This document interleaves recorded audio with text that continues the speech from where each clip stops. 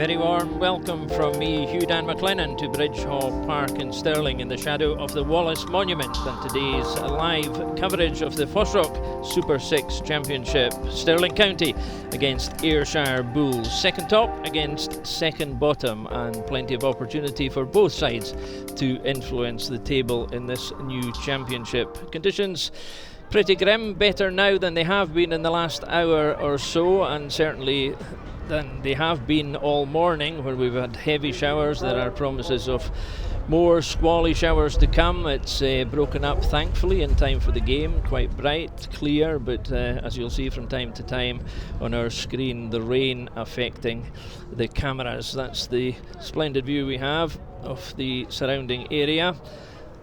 On the pitch, however, my co-commentator Sean Kennedy is very familiar with this patch. He's now on a partnership contract between Stirling County and Glasgow Warriors, but a former Stirling County player. You haven't played here for some time, Sean. On a day like today, it's pretty grim conditions really, isn't it? Yeah, it's not looking great out there. The pitch seems to be holding up okay. They've not had a game on it for a few weeks, but yeah, it's not a great day for running rugby anyway. They've not been warming up in it either. There are some parts of the pitch that are significantly worse than the others. How do you see the game developing? It's surely just made for the forwards. Yeah, on a day like this it's going to be a forward battle, especially with Ayr, who are traditionally really strong up front. Stirling will be looking to nullify that, and I mean, what ball the backs do get, they need to be clinical with it. Well, neither pack is renowned for giving the ball away. Let's have a look at yesterday's game. One game played. Of course, round 4 was lost, but we'll have highlights of these games on Scottish Rugby TV and BBC Online Live when they are played. But yesterday, the Southern Knights having a tough gig in this new competition now. Heriots winning comfortably in the end. Yeah, it's been a tough start for the Southern Knights on their new pitch, but I think another team picking up an away win in the competition just really opens it out. I mentioned earlier that the second bottom team could go to second top with a bonus point win today, and Ayrshire, by the same token, if they win, could go top. It's really tight because there are only so few clubs in it. Yeah, when you actually look at the table, it's so tight. Like Stirling pick up a win today, they can go to second. With Wattsonian sitting on 14 points at the moment, who obviously play Boroughmuir Bears later on today as well. So this is the Stirling County team first, led from the front by their hooker Rainer Kennedy. On his shoulder, Murphy Walker, who will relish the challenge of meeting Gordon Reid in the scrum. Andrew Davidson has been released by Glasgow Warriors to play at lock, so Ollie Bartlett moves to 6. Matt Swith, the Warrior, goes to the bench. Andrew Gowdy at 10 makes his first start, and he will orchestrate things. Very much set up for the forwards though, isn't it? Yeah, definitely. I'm looking at Andrew Davidson there from the Warriors. He's a guy who's going to be a go-to man in this kind of day, with the line out and maul, and I think the physicality he'll look to bring will be massive for Stirling today, I think. Peter Murchie likewise for Ayrshire Bulls. They're led from number 7 by Peter McCallum. Cape Crusader, as I said, Gordon Reid is at number 1. Hasty and Morris are there. Engine Room and Scotland under 20, number 10 Ross Thompson makes his second start. 2 new wingers, Tom Lewis and Matt Davidson, coming in, backed up at number 15 by Ollie Smith. Do you think the wingers will get much of the ball when you've got people like Gordon Reid and so on? I'm not too sure, to be honest, on a day like this, but they've got a dangerous back 3, so if they do get ball, I'd be expecting a fair bit of damage done. But then, like you said, like the massive forward pack that they've got, guys like Blair McPherson, big physical guys, they'll look to keep the ball tight and do a bit of damage up front. I think the general feeling is that the Ayrshire team, although they're sitting nicely in that position, they're joint second, and we have the big Edinburgh derby starting at the same time as our own game today. They haven't quite fired, they haven't quite got there. Today's not really the day to be looking to set things right. The win is everything for both teams, isn't it? Yeah, definitely. On a day like this, you're just looking for the 4 points. Whether you win it 3-0 or if you score 4 tries, you're not too bothered on a day like this. Especially with Ayr losing their first game at home to Heriots, I think they'll be looking to pick up an away win to make up for that. Now, I'm not joking, but it's high tide, so we have to be hoping that now that we don't get any more rain. But the surface is, just taking a look at it there while the players have warmed up in it, it's cut up quite significantly in a couple of patches where they tried out some scrums, and down to our left here I know it's very heavy. That definitely is going to dictate the way the game is going to be played. Yeah, just looking at the pitch you can still see a couple of puddles on it. They've done a good job getting rid of most of them, but like you say, it's going to be heavy underfoot. So I'm not sure how much flair we're going to see today? Well, the danger is we are promised something like 80% or 90% chance of rain. Thankfully for the last half hour or so it's eased off, it's brightened up, the lights are on round about Bridgehaugh. Santi is in the building. The teams are, I don't know if they've decided they're not coming out, Sean. They are certainly delayed, but they seem to be taking their time. They're not fancy it, you think? Spending as long as they can in the dry. I think that's what's going on there. I know, chatting to the coaches just before the game, they were extremely concerned just about how the conditions would change. They knew it was wet, but if it got much wetter, it's really going to restrict their options. And I'm sure at half time the ground staff here at Bridgehaugh will be doing their best to get things going. Peter Murchie, there, the Ayrshire Bulls coach, well, he's decided they're coming out, so we should have some action fairly quickly.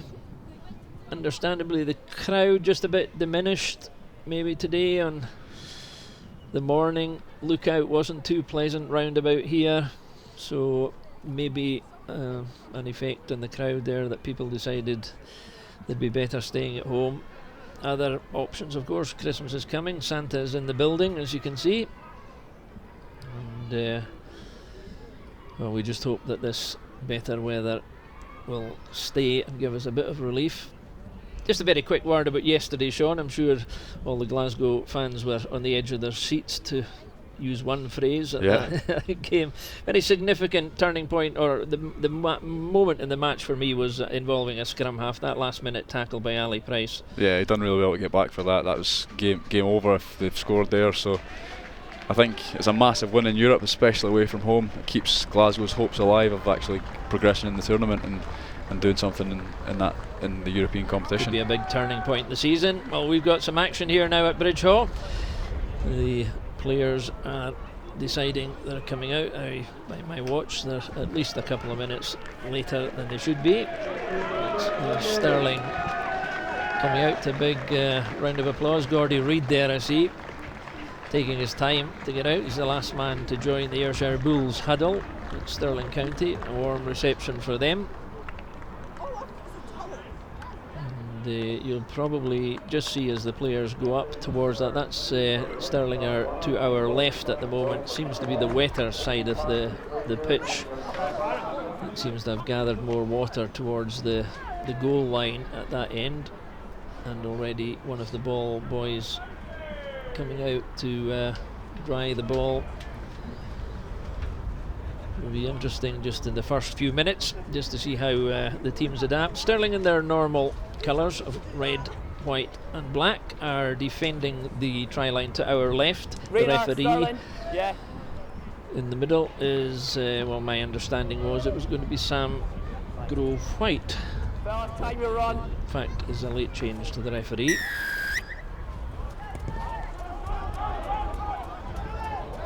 The Ayrshire Bulls, and already the first mistake by Stirling County. Well, I would imagine this is what we're going to see, Sean, isn't it? Yeah, it's not an ideal start, I wouldn't say, off the first kick-off, but I think the one positive out of that is Andrew Davidson didn't pick the ball up and give away a penalty, so we've just got a scrum here, so that's smart play. Yeah, just a word on the wind. I'm not so sure that the wind had any significant impact. Just looking at the trees beyond the river over there, there's no significant wind affecting the game at all at the moment, so it is just going to be the slippery ball. Yeah, it doesn't seem to be too bad out there in terms of the wind, but like you said, it's just going to be a really slippy ball and probably get pretty muddy at some points during the game, so just need to keep the errors down if you can.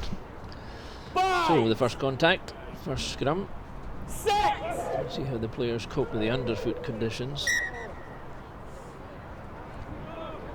Same scrum. The gap is fine. You fellas need big to test work for hard Murray to stay up. Walker there on the Stirling County front row against Gordy Reid. Big challenge. So many of the academy players coming through into these teams now. Already the evidence of the conditions there for everyone to see. I doubt we'll be finding the numbers as easy to read in about 20 minutes time. I'll stick with it. There's chance for Ayr to pull some strings.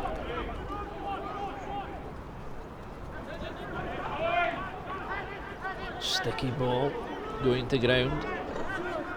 David Armstrong playing it out to the left, away to our left. And this is the tricky area of the pitch I identified earlier on. A lot of water lying in the corner there. Armstrong again. Fraser Hasty lending his weight. Thompson. And off the wing, Matt Davidson. Stirling just can't get their hands on it at the moment. Patient build up by Ayrshire Bulls, although they're being pushed back. Kick doesn't come off. It's come back on their side. Morris, Kiwi.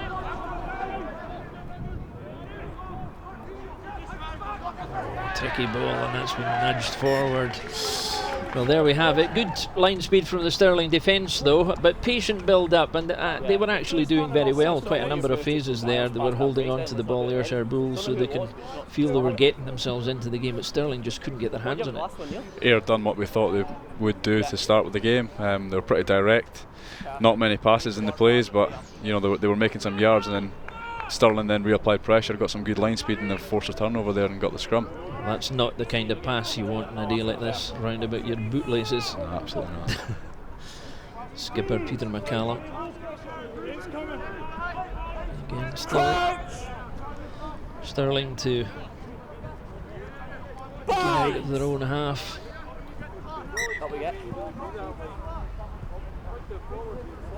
It's not going to be easy for the referee today, to be honest, to manage the scrum. The players are going to have to try and help him here, but I think just underfoot it is so difficult. I'm not sure what you mean by help, Hugh Dan. Gordy Reid's in there. I was trying to be as positive as possible. I was speaking to Gordy before the game, and he was looking forward to it. Time off from his duties as Santa and charity fundraiser and firefighter. He's kept himself busy since the World Cup. Been a busy week. Good shove. Stirling in trouble here, but Korteweg gets it to ground, gives his forwards time to gather round. Morris blocks them, and the rain has started now. It's quite deceptive looking at it on the screen. It's dulled down quite significantly now.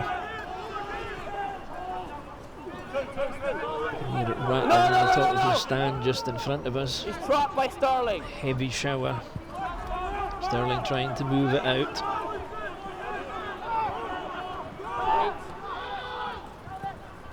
Sniping round the edges. Use it. Looking for help from Robbie Kent in the centre, going in to help Korteweg, who is trapped on the ground. He's managed to extricate himself now. This one's going up in the air for the first time. Use 9. Oh, well blocked.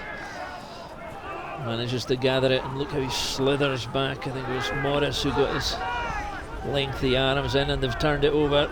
Off they go. Rumbling forward. And a splash there as Griffiths gets up. Little chip over to the far side, and that's worked. Well, 50-50 ball, it was worth a shot, and there's the evidence of the way the weather's changed. It's going to be a grim afternoon, Sean. Yeah, there's quite a lot of rugby being played for how bad the conditions are. I would have liked to see Stirling just get down to the other end of the field there, but really good pressure from Lars Morris on the charge down. Ayr find themselves in Stirling's 22. You need scaffolding to get round him, the way he challenged that. He got his timing absolutely spot on. Yeah, he's a big man. He trained with Glasgow over the pre-season, and I was involved in that as well, and he's a pretty skillful player, big Kiwi. Yeah, it's just a knock on from you. Just knocked on in the line.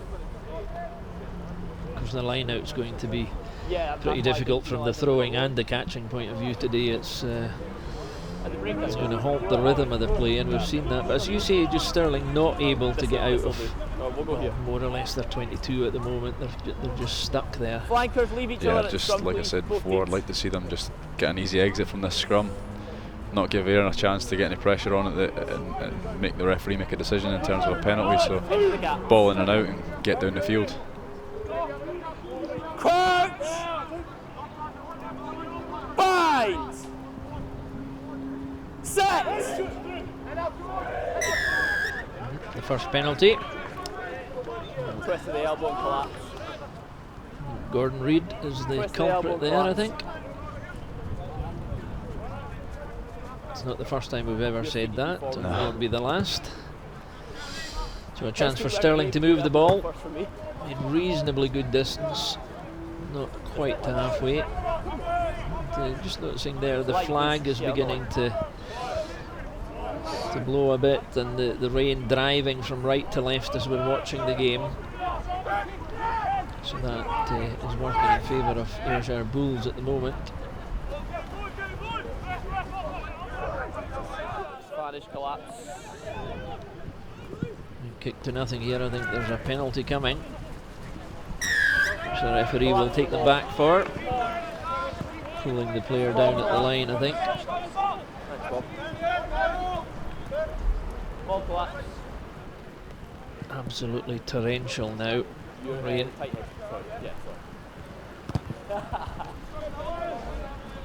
That's a reasonably good effort by Andrew Gowdy, making his first start of the season for Stirling.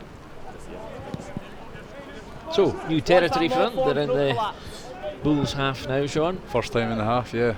It's taken them nearly 10 minutes. I think Ayr will be annoyed at that. They've kind of given away 2 soft penalties, and now Stirling have got easy possession in their half, looking to attack. Almost a fumble. Juggle. Time off. The referee is Time off. taking that as having gone to ground, so 7. just having a look behind him to see if there was anything else he needed to deal with.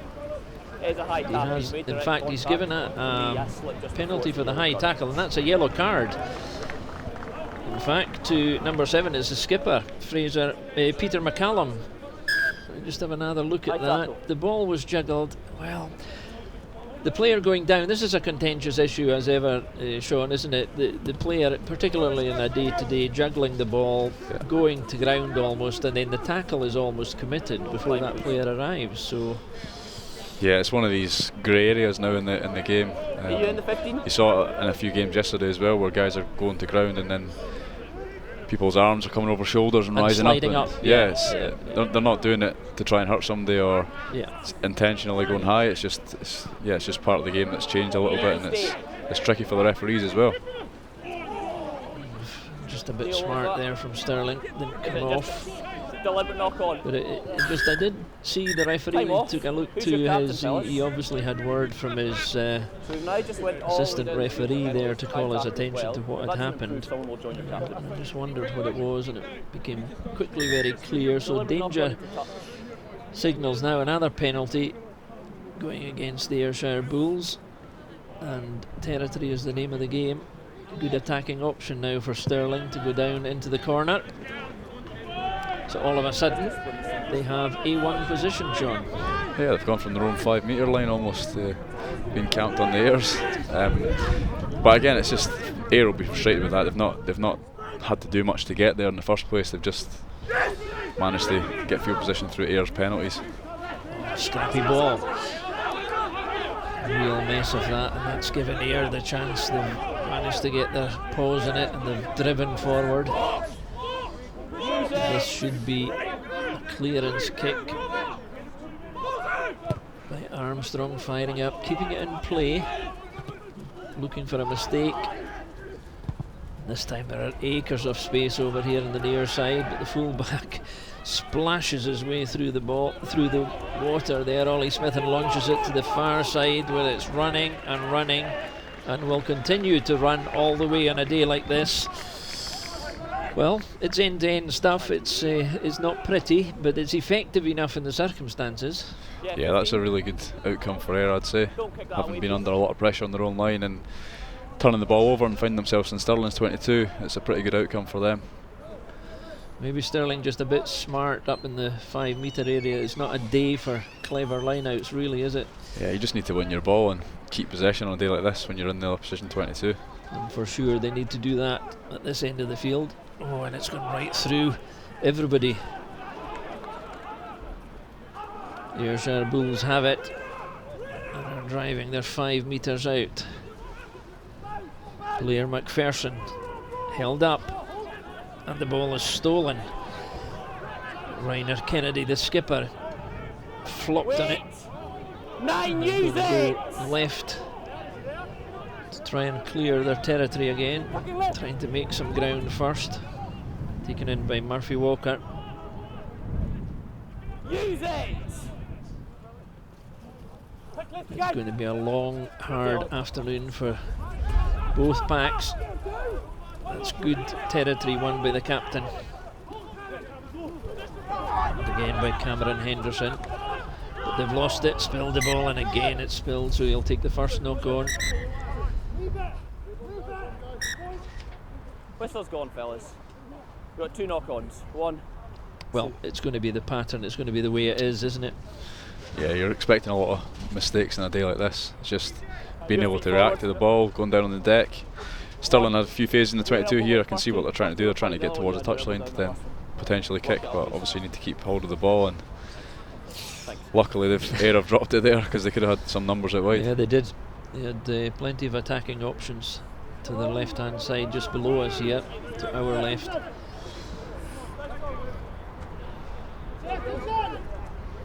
So 13 minutes in.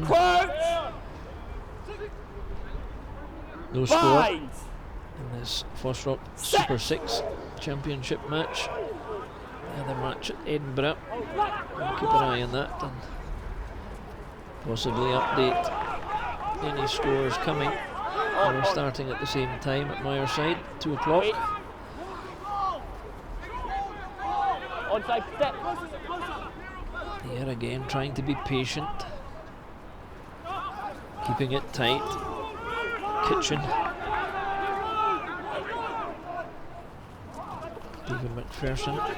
David Armstrong, sorry, moving it quickly as he can, going left again. Penalty advantage. They have numbers to the left hand side here. Into the squelchy bit. They're not going to get any traction, if any, down there. Have to come back to the middle. Morris again has been conspicuous in his carrying. The referee has his arm out for a penalty. So they have this to nothing. And it's a loose ball anyway. Good. So they'll go all the way back for the penalty in the middle of the field. Where you want it? On that 15 or there's only one option really on a day like this, isn't it, Sean?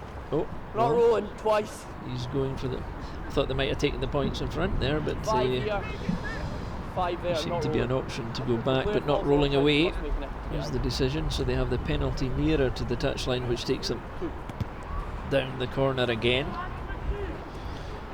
Yeah, I think they're looking to use their big pack here. It's nothing there. Stirling had a good phase of defence there, just putting a lot of pressure on Ayr, but obviously discipline needs to be paramount in your own 22, and it's cost Stirling a line out in their own 5 here that they're going to be under a lot of pressure. And they have to be very, very careful here because there's only one tactic Ayr will deploy, and here it comes. We have Kitchen at the back waiting. Armstrong trying to... Stirling have got a good shove on. Nicholas Griffiths, I think. Andrew Davidson's doing a really good job getting through that maul there. Disruptive, abrasive play by Davidson. They've managed to collar Armstrong at the back as well. So they'll have another go. Stay back foot.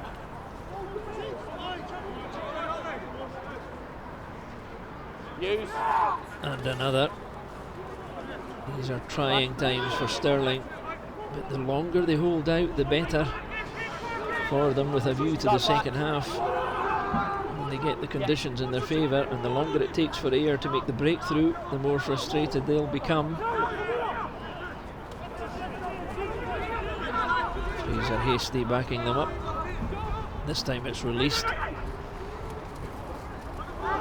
tackling by Stirling. Their line speed is good and they've stolen it. The pressure and the tackle making it difficult for the players to get away, and a good clearance kick eventually. Although it hasn't gone out, it's been picked up by Ollie Smith. Didn't quite make the touchline. They're trying to keep him up, but got the ball to ground. Armstrong.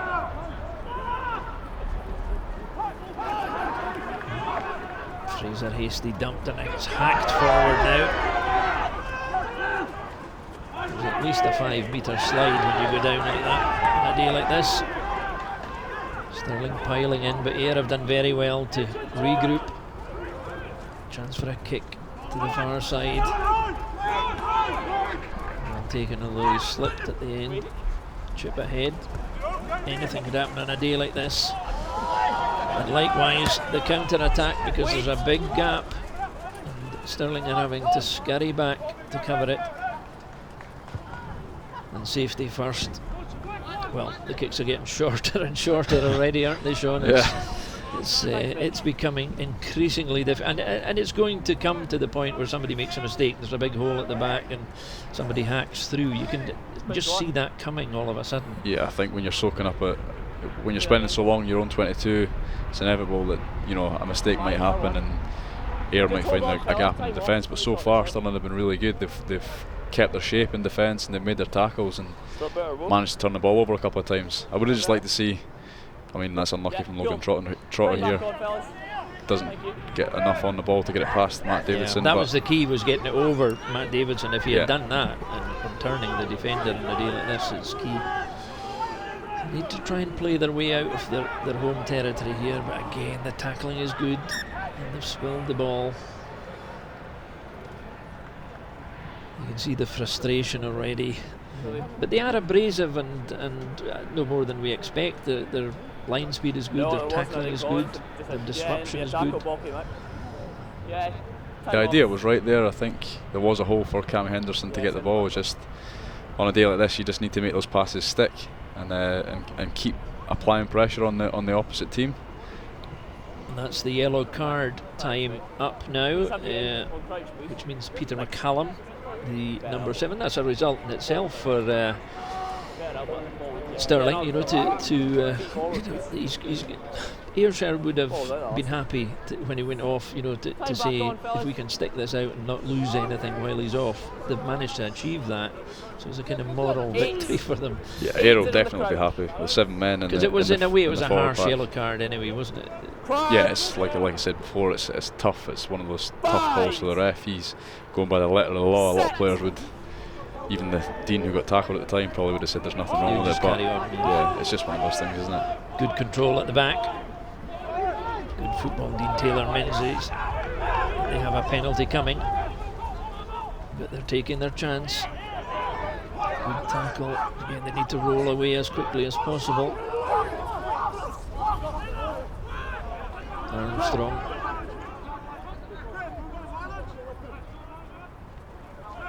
Starting again, but he's going back for the penalty.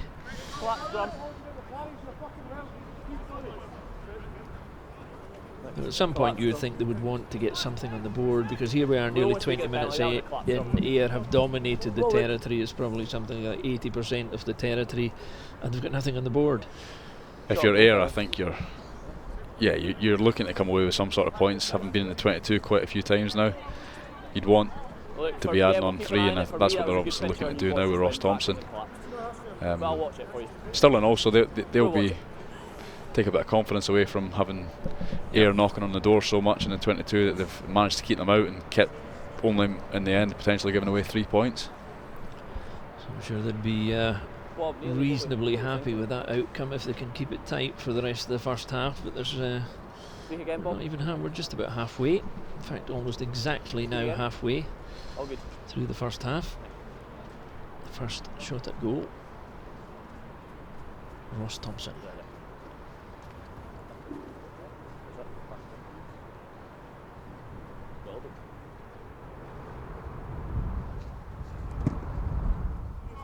Oh, beautifully turned in. It looked, he set it off well outside the post there, so he read the wind, he read the conditions. Very difficult to keep his footing on a day like this, but successful penalty conversion. That gives Ayr the start they wanted, I suppose, to get on the board first, and they've got the 3 points. Stirling 0, Ayrshire Bulls 3. So they needed to get going, so now they'll be looking to build on that, and Stirling will want just to get up the other end of the field. Stirling just need to get some time in Ayer's half. They were there at the start, but obviously a few errors, and they've ended up conceding some points, so they'll look to just apply pressure here and keep Ayr in their own half, I think. Thankfully the weather has improved again. And these lulls in the torrential rain, pressure, but bold enough to take them on. Ross Thompson, he just didn't fancy trying to steady himself for the kick there. He didn't have enough time.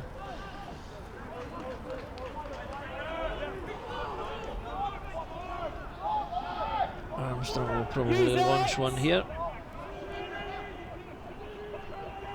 Put Stirling in the back foot again.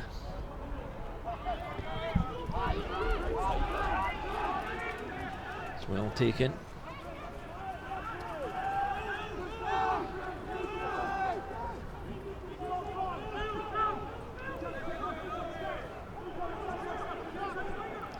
Gortwing calling the shots. I have a funny feeling Andrew Davidson fancies a rumble here. It's up in the air again though. Well taken by Armstrong, who moves it, but again you see how slippy the ball is. Ross Thompson, that was deemed to have gone backwards. He's lucky to get away with that. Just inside his own 22.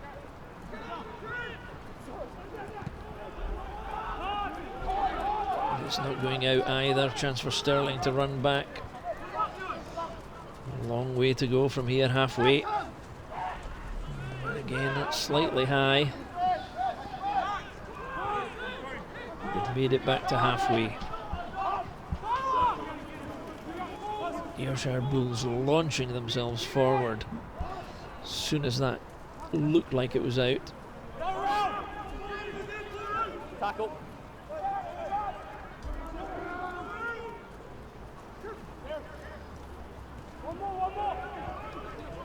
No four. 9 Very years. patient. No six. Cameron Henderson, another one of the academy players, takes it in. 9 years. Leave it. Just knocked back more than hope than anything else, but it's worked for Ayrshire because they have some space. Again, turning the defence, but I think that will run, although it's stuck this time. A bold move, but he's got away with it. Oh, just a pass literally to nothing.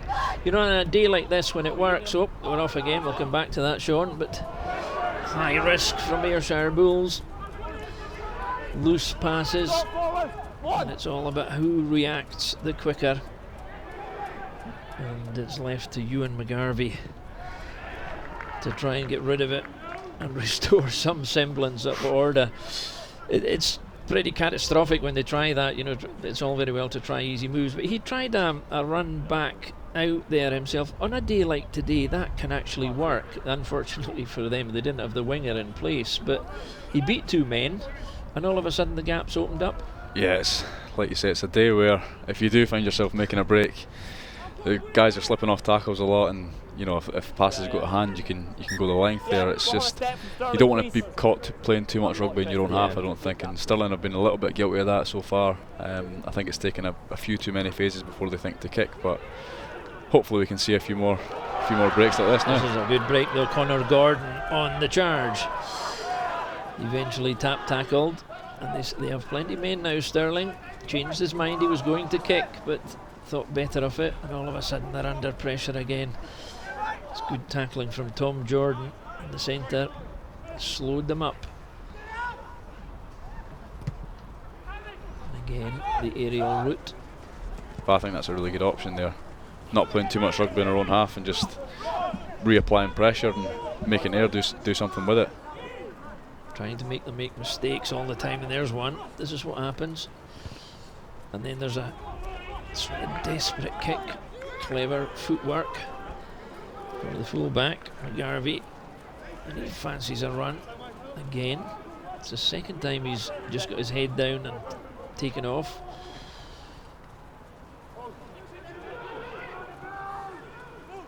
Not quite held up. Taylor Ming is there. He rumbled onwards.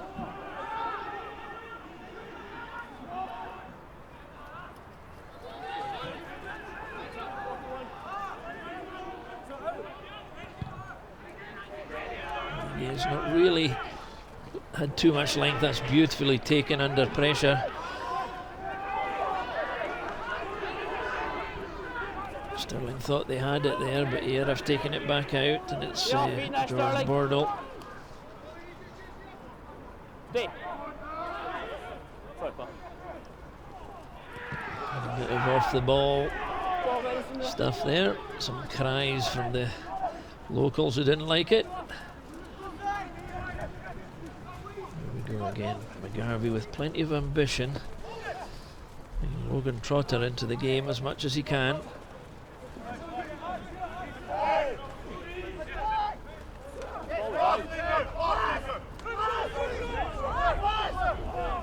Stirling have it.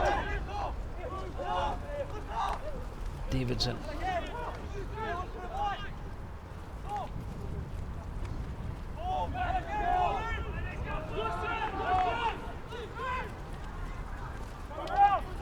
These are the hard yards.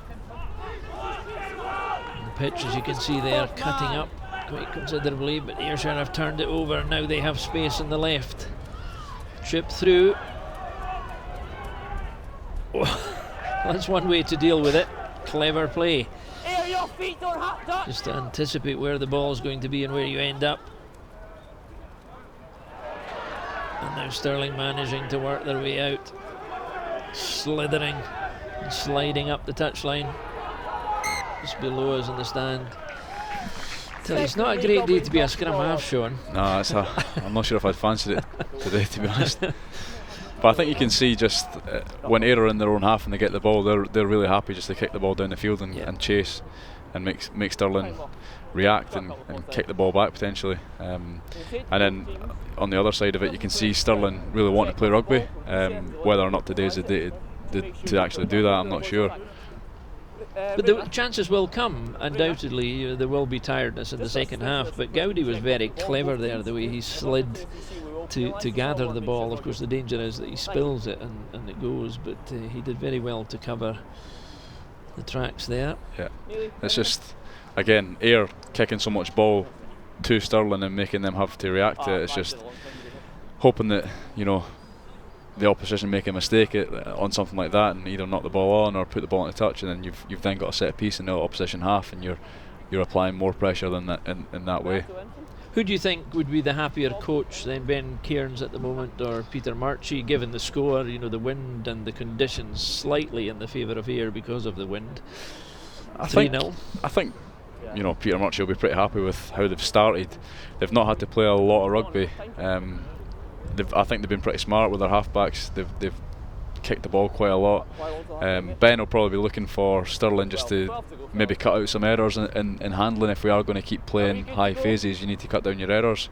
And yeah, I think Ben will be looking for some points in this first half. It's not an absolute spectacle run rugby at the moment. So. And the penalty count has dropped. The players have adapted in the sense that, you know, they're not being penalised as often, although the scrum is just a challenge. It's just going to be like that for the rest of the game. Yeah, I think Sam Rovite, the referee, he's doing a pretty good job of just letting the game flow. It's not a day where you're going to be having high tempo and have to referee guys in that sense, but I think he's done a pretty good job of just letting the game run and not being too harsh on certain things, especially around the ruck time. Of course, just one yellow card earlier in the game, in the 10th minute, Peter McCallum. Just a slightly careless, if we can put it that way, or unfortunate tackle, slipping high in the tackle. It cost them 10 minutes in the sin bin, and no points lost in that period. Gordy Reid charging through the middle. It's the second time they've blocked. This time it's Fraser Hasty. They've maybe done a wee bit of homework there on the way. Korteweg gets the ball up. That's twice he's been blocked. Yeah, I think if you're a forward in that Stirling ruck and you see Gordy Reid coming, you just need to keep your body height down. And he's a big man once he gets ahead of steam. But again, good pressure from Ayr. Yep. They're the ones applying the pressure. To the conditions. Yeah, exactly. Yeah. The conditions have eased off again. It seems to be coming in kind of 20-minute bursts at the moment. I would reckon by the time of the end of the game comes, I'm seeing it'll be dark, but it'll be dull anyway. Stirling managing to get a bit of momentum now, and that's a penalty because he should have retreated there. Just, temptation got the better of Fraser Hasty there. Found himself on the wrong side and started clambering all over the Stirling players. Well, that's what Stirling will be hoping for from a driving ball in your own half. You're driving to look for a penalty and then potentially just look to kick from that. But whereas now they've now got a line out in Ayr's half off the back of ill discipline. The wind again. They're playing into the wind. It was a fairly decent effort to move them up. It's the try line, the flag we see there. So it's 35 metres maybe. Various towels being used to dry the ball, which is a challenge on a day like this.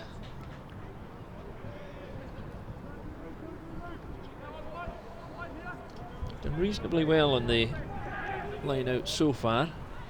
There you go. What do I know? Predictable. Again, using the wind. Clever use of the foot again to try and minimise the danger. Now that's being held up in the wind this time. And another good take. Players have done reasonably well under the high ball. Bit of ping pong now. Ayr have plenty men on the left hand side and they're targeting this corner. And that's going to run. And the referee is calling them back. I think there must have been something off the ball there, just below us. Not too sure what's happening. Yeah. It's offside. Offside. Yeah. Yep. They did have an opportunity. There were men there, but they should have read that because there was plenty of opportunity to ease back. But this again is giving Stirling a good chance to move up. Andrew Gowdy. I think Ross Thompson there, the kick was a good option. Like you said, there was guys there, but I think because they've had such good success in the first half from pinning Stirling back, he's just looking to keep doing that. Yeah, they just overstepped it. Yeah. Just misread his timing. But this is giving Stirling a good opportunity again, almost on the 22. That's fine, you can set the line up, please. Yeah, time's off, we'll have you in. Rainer Kennedy to throw in. Yeah, let's go in now, please, fellas. We're all standing there. No rush. Time on. Stirling, there's the idea of the conditions.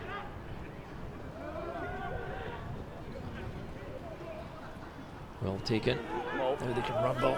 Smarter move, the Kennedy option. On the run, good line.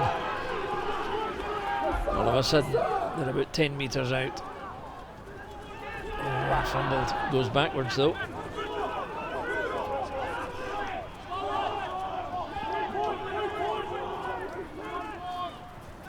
Again, Gordy Reid disrupting the possession. Hands off! Cries of hold on to it, which is easier said than done. This is a good punching run though by the number 8, Taylor Mingus. Chip over to the far side, well taken. There's an option here. Trotter fighting his way forward. He's held up though. He needs help. We need to get him to ground and he needs to get the ball back. Again, Ayrshire Bulls in over the top and they've won it. Time off. Captain. The referee's whistle is gone though. So discipline has improved since I last spoke. That's now 2 advantages Having in a here. word. That doesn't change someone's As they goals. were going over the top. With the high tackle there, Coming in we've got from the the off feet side. there. Yep. So that gives Off feet them here. killing the ball was the interpretation. Good option to go with the kick there on the penalty advantage. And then I think Logan Trotter does really well here. He just about made gets it. past the first. He was outnumbered though. Yeah, I think I'm not sure if the penalty's for not releasing there. It's been fumbled and jumbled all over the place, and again Ayrshire have got it away and just hacked up the line as the rain comes down again. 6 minutes to go in the first half. That was fine that time. They will be glad to get in, I tell you. Did last time. It's the sort of day when you're warming up behind the post, you want to pull a hamstring or something. You don't want to be going out in it. But, it's just Stirling warming their players up. That's over the top. It's a bold move in a day like this. And again, good territory won by the Ayrshire forwards. Scrappy ball, but he did well to tidy it up. And then scrambling around on his knees.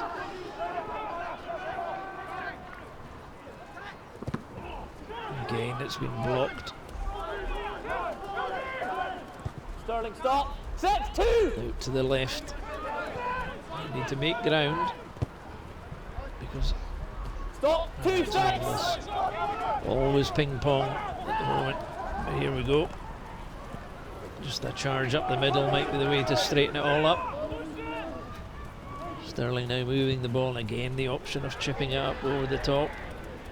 A chance here for the chase, but that's beautifully taken again, and again hacked over the back. This will run a bit. It's not going to go the whole way though. Keep coming. And some relief. And touch again.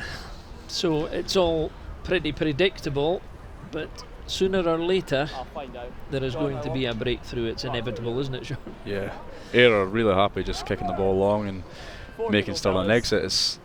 It's been working for them this half, so I don't see why they would go away from it. They've kind of won the kicking battles, I would say, in the first half, in terms of they've been pinning Stirling back in their 22 and then getting a set piece near the 22 or inside it. So Stirling will be looking to change that potentially in the second half. Well, I've taken a fair bit out of Stirling though, defending this for the whole 40 minutes, because that's basically been the story of the whole first half. Almost now 40 minutes of defence, just the occasional glimmer of attack. They'll be disappointed they never managed to convert that into a score, but only points on the board are the penalty points for Ayrshire. They'll be wanting to try and get something on the board before half time. Going left again. Thompson turns back inside. They're out in the treacle of the near side as we watch it. The captain takes it on. Don't shout at me. Griffiths. Thanks, too.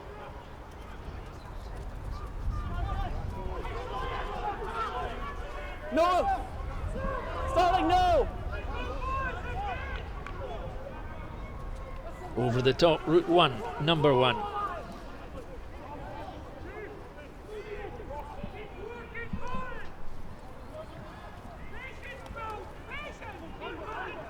Patient build up again. Stirling almost jumping the gun there. Thanks, John. And tackle. Just coming up to the 2-minute mark. Can they hold Arrive out? Up there, arrive up. Fans just below us here doing what they can to try and lift Stirling. Every tackle counts now, but gradually Ayrshire are making it Can they make it count though? Big appeal, and again a penalty. That's good work. Yeah, that's a really good defensive set from Stirling there. I mean, under the constant pressure from Ayr, just going to what they're good at, being big, running hard and being physical. Stirling have absorbed that and managed to get a good penalty and hopefully release some pressure. That's here. almost like a score, isn't it? The kind of psychological lift the forwards and the rest of the team will get from that to work, to defend it first of all and then work hard and win the ball. Yeah, on a day like this, you know that if you're in your 22, it's probably going to end in a penalty, or there's a high chance you're going to concede points on a day like this. So for Stirling to go through that many phases and not concede anything, it's really, I think that'll do their confidence a world of good. They've got a minute or thereby to see out. They would want to make the possession from the line out safe. There's a change coming here. Number 18 coming on, Charlie Brown has come on for Stirling. I think it's Billy Dineen who's gone off. We'll check that out, but that probably will be an injury, I would have thought, at this stage in the game. He can't carry on for the remaining minute, and I think there's a penalty coming for Stirling as well. So it's beginning to look as if they play this cannily now, they've got 30 seconds or thereabouts to see off, and then they could be safely into the changing rooms. They're not taking any risks with the ball in that area of the field, which is the way to do it on a day like this. And just a safe clearance, not much distance, no point in being greedy, because the trick here is if they gain possession, the hooter has gone to indicate that 40 minutes are up. So they have only one thing in mind, Stirling, and Ayrshire will try and disrupt this, that's for sure.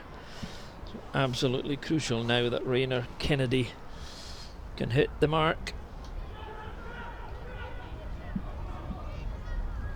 First part is done, taken in by Cameron Henderson, and he just needs to release the ball, and it's the captain himself, Rainer Kennedy, who gets rid of the ball, and the fastest. There are some who are not that keen to go in, obviously, and I think I'm right in saying it's Gordon Reid in the middle of it. That's all I'm saying, but I'm sure they'll sort that out, Sean. It's the first kind of flare up in the whole game, really, isn't it? Yeah, I know. Must be arguing about the tee or something. No, it's I think Stirling will be pretty happy not to concede too many points in that half there. I think Ayr were under the cosh all the time. Yeah, Ayr were definitely in control of that half. I thought they spent a lot of time in Stirling's 22, and both teams obviously would have liked to have scored more points, but on half time it's an absolute thriller, 3-0. So there we have it, at half time, as Sean said, an absolute thriller at Bridgehaugh in the FOSROC Super 6. It's Stirling County 0, Ayrshire Bulls 3. Well, we referred earlier to the FOSROC Super 6 and the new competition, the new structure, and everybody's still trying to get to grips with that. It's a very tight competition, a very competitive competition. So we thought we'd go and find out more about what's behind it and how it's been operating. So nobody better to talk to than the man in charge, the lead, Sean Lineen.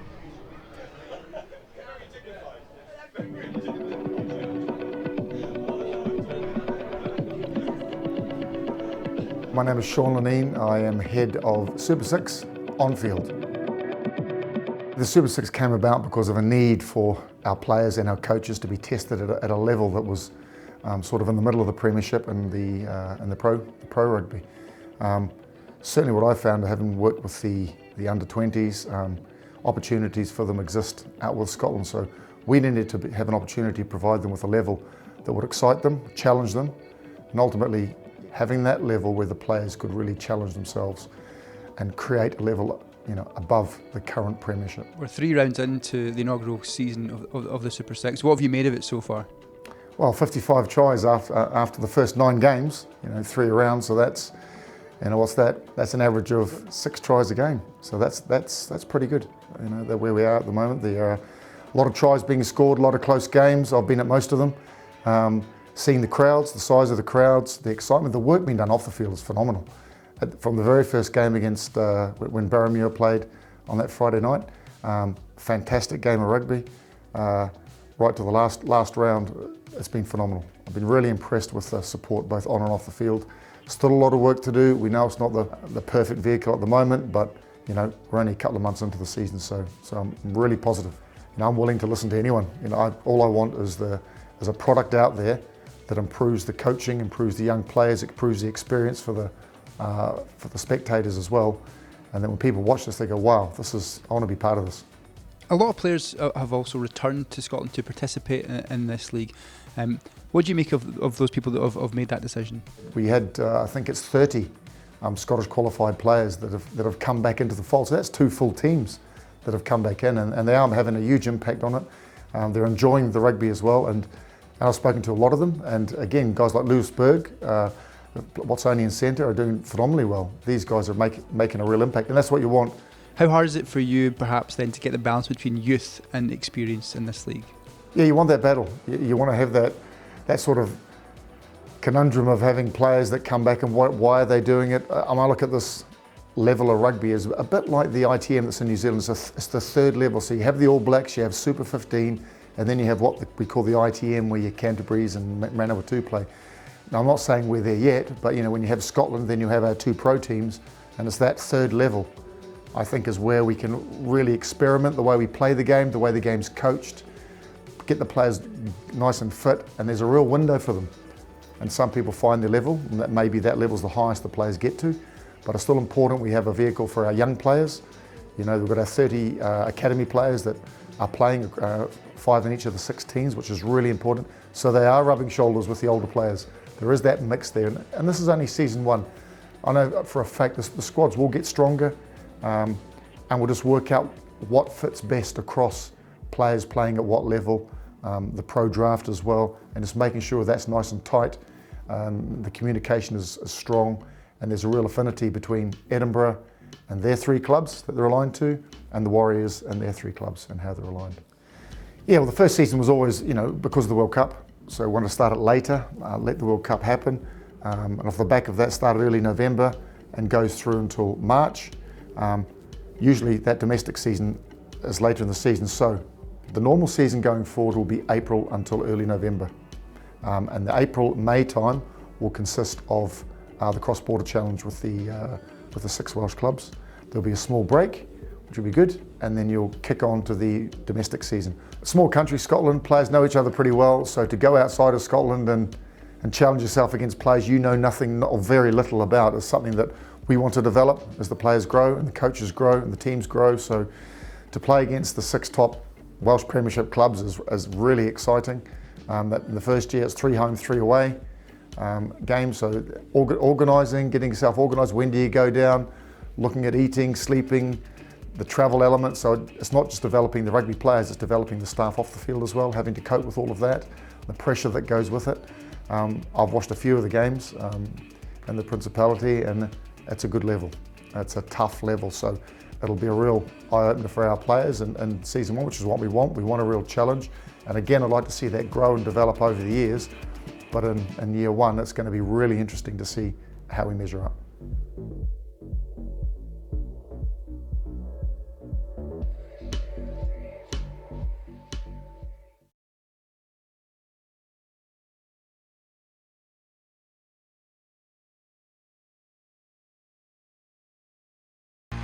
Strap yourself in, folks. The Scottish head-to-head.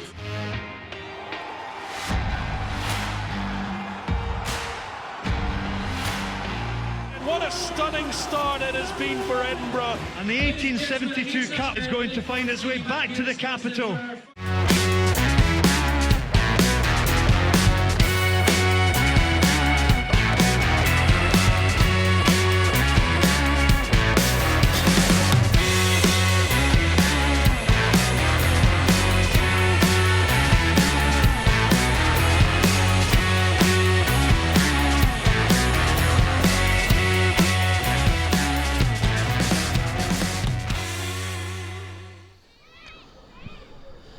Welcome back to the FOSROC Super 6 live coverage here on Scottish Rugby TV and BBC Online. Welcome back from me, Hugh Dan McLennan, and my co-commentator Sean Kennedy at Bridgehaugh in Stirling, where Stirling County are 3 points in arrears to the Ayrshire Bulls. 3-0 fair enough reflection in terms of who's supposed to be ahead, Sean, but Yep.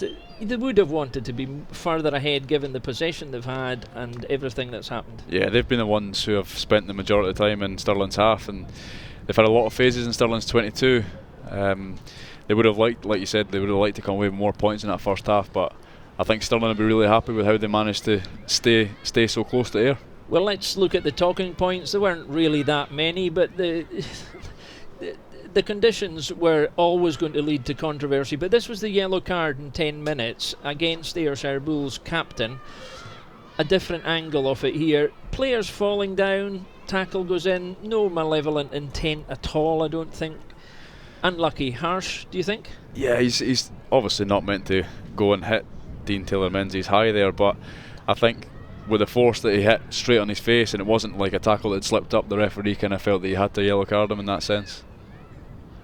And then the only score we've had was the penalty to Ayrshire Bulls. This is how it came happening. It was just the second angle of it here. The good drive, so it was inevitable that we'd get something out of it. And by then they had a lot of possession, a lot of territory, so it was a no-brainer to go for the penalty, really, wasn't it? Yeah, definitely. It's a good execution of the kick there by Ross Thompson. He's put it through the post, but like we had said before the game, I felt that the game's going to be won or lost in the forwards, and Ayr have managed to pick up the only points of the game so far through their pack. So on balance, do you think Stirling County will have been happier going in 3-0 given the kind of mauling in a way they've had? They've defended it well, to be honest. They've never looked in trouble. They've always had their men there on time. Line speed's good, tackle's good. Yeah, again, Stirling will be happy with their defence. Definitely delighted with their defence in the first half because they've not conceded a try, and they have had to defend a lot of phases in their 22. On the flip side of the coin, it's when they do have the ball, they need to do more with it or apply more pressure to Ayr in terms of field position, because at the moment they're spending far too long on their own half, I think. And I can't see Ayr going away from what they've been doing in that first half. I'm not sure if the wind's still strong. Stirling might be playing with the wind in this second half, so they might look to use that a bit more, but Ayr will be happy with that first half. I'm guessing they would have liked to come away with a try, but to be going in at half time in the lead, they'll be, I'd imagine, pretty happy with that. Well, there's a long way to go, 40 minutes. The young players of Stirling have tried to enjoy themselves out there. Fair play to them on a day like this. Slapping their way through. So there, the ducks have gone, the seagulls are out. We're in the shadow of Stirling Castle and the Wallace Monument. Couldn't have asked for a better setting for the game, but just horrendous conditions, really, isn't it, Sean? It's not. They just have to make of it what they can.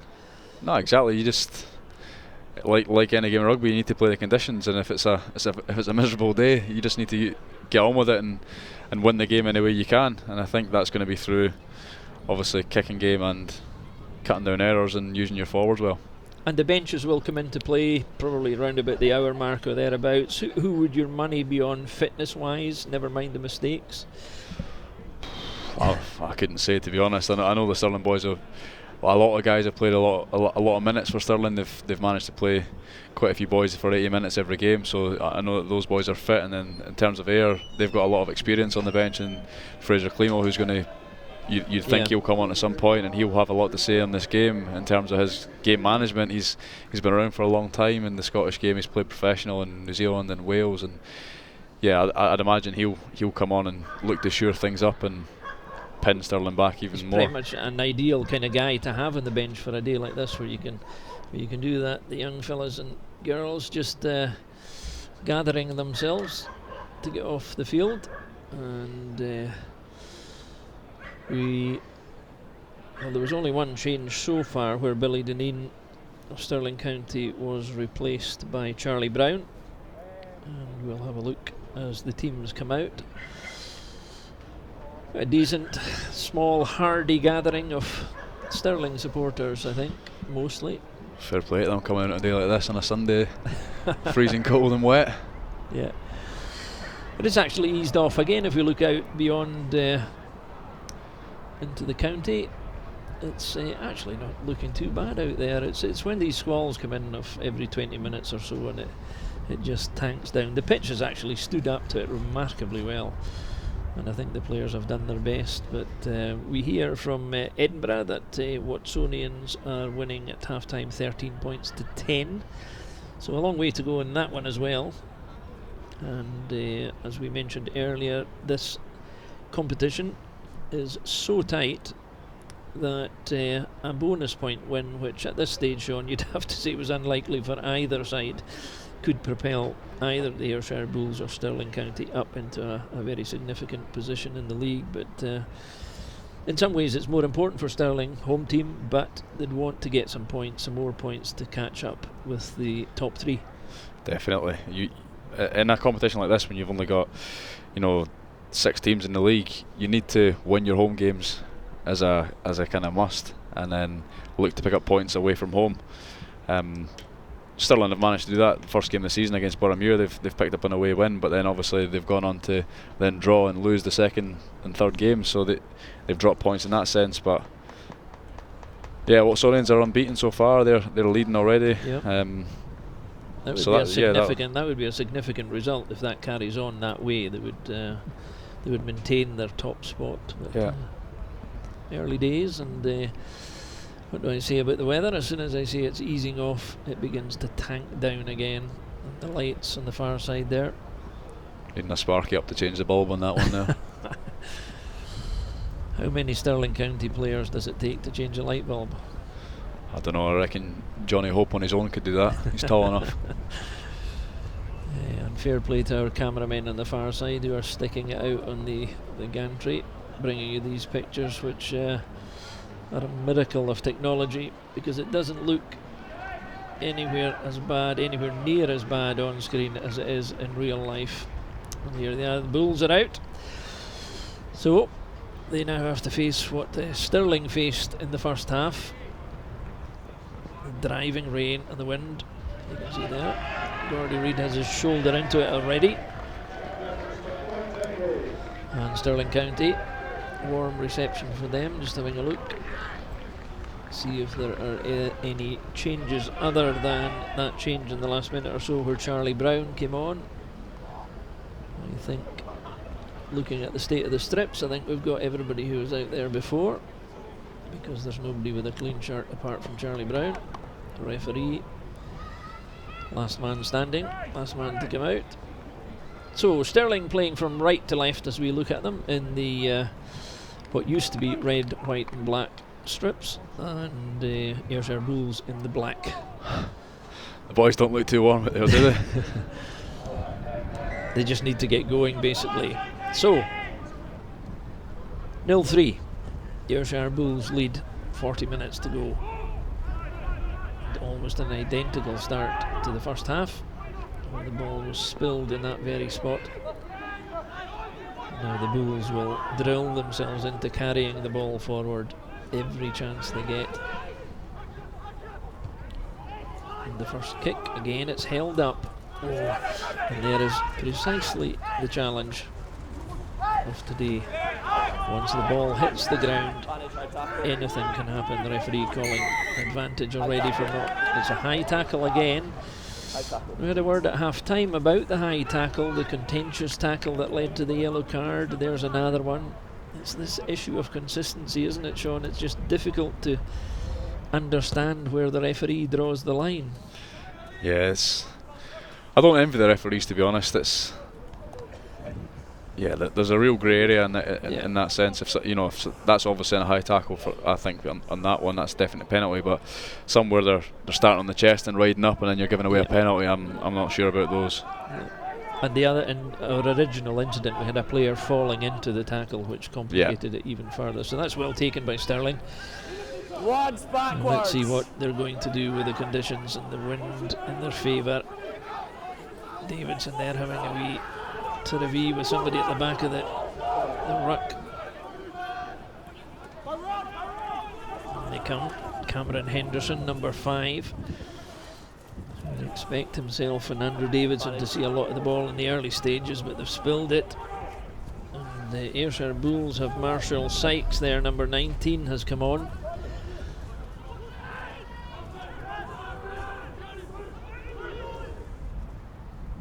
Advantage over. Forward Again, stop, kicking 2! into the wind, referee calling them back. Keep coming! The tete-a-tete. Yeah, inside.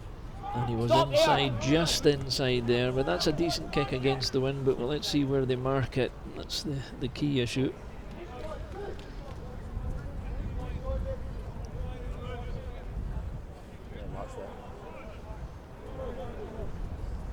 I think you can see already in the second half, Stirling are pretty happy just to put boot to ball now with that wind behind them and make Ayr kick into the wind. The line, the assistant referee's flag there, still blowing in the same direction. Just notice the young lady on ball duties on the far side there, cleverly with a cup of something hot to keep her going. Davidson in the middle of it, the forefront. First stop. Stirling patiently edging their way forward. No! Ollie Bartlett getting it away to Taylor Menyes, who's carried well. He's had a couple of bursts.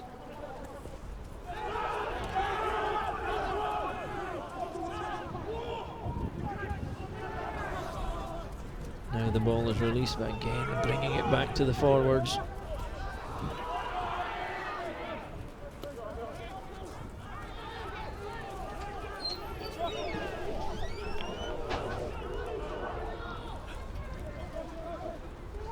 Again the kick this time to the left, down into the wet corner, the wettest corner probably of the pitch. Ayrshire Bulls running it back.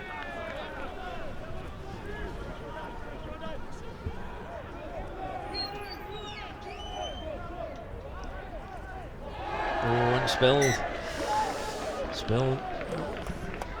I'm not so sure if it's whether he took his eye off it or he just fumbled it, but he may have been preparing himself for the tackle there as the ball came to him. But good position now for Stirling, though. 4. Nothing stupid, please. With 18. There's the drop ball there, but it's almost like a role reversal now, where Stirling are the ones happy to kick the ball down Ayr's throat and make them play in their own half with that wind in their face. And just what Stirling would have wanted there, a little mistake, and they've got a set piece in Ayr half. Keep working on the feet. Just a clever bit of refereeing there. I think it was Andrew Davidson who had a word in his shell there. Not to be doing anything stupid, I think was what I heard. Just a bit of rumble at the end of a previous ruck. Set! Yeah, it's good. Down it goes. And this time Stirling are penalised. Clutz. It's one to Mr. Reid. For me, tight clutz. Yeah.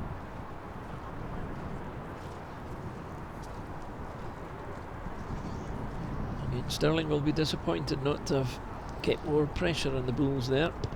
Well, now that tells its own story. I don't know how much he made with that, but it wasn't a lot. 10 metres maybe. It's not going to be easy.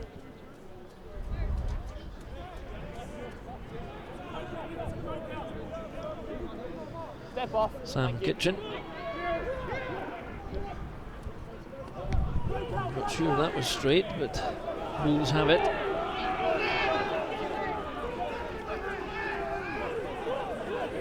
Stirling doing their best to slow them down. First stop. Armstrong.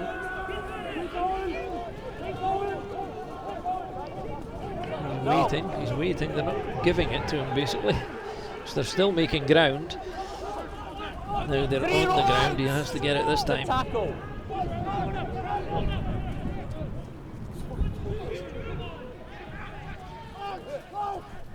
Reid and Griffiths together. Then McPherson.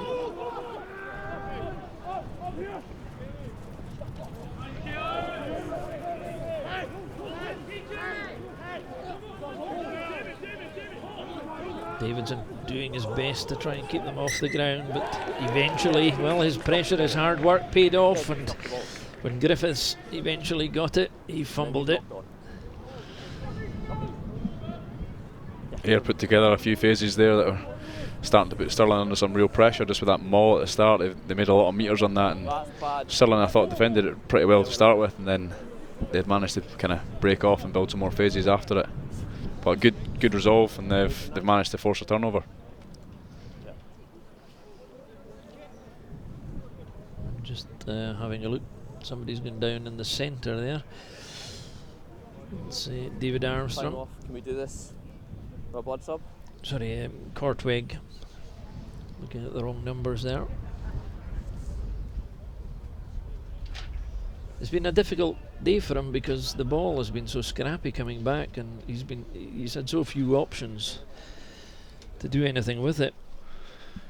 Yeah, it's really tricky as a halfback on a day like this, when you're, especially when you're playing a team like Ayr, when their forwards are their kind of go-to, and they're applying a lot of pressure on your pack. You need to try and control the game, and there's a lot to think about when you're playing against the wind, playing with the wind, and you need to keep in mind the score and how the game's actually going. There's a lot on your plate, so I think he's done pretty well considering all that. You'd expect Christian Kay, who's back in the squad, to come on at some point? Yeah, you would think he'll have an appearance.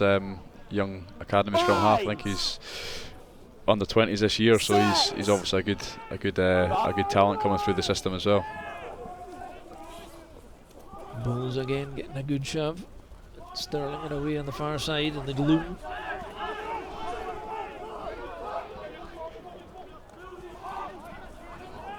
Through the hands again, and they've spilled it. So Ayrshire have it, I think. It's been stolen back, but eventually will come back to the Bulls.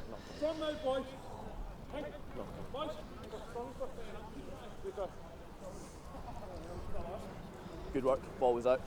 Perry, you worked hard to keep that up. Same again, please. Referee doing his best to cajole the players into same from you. Good order.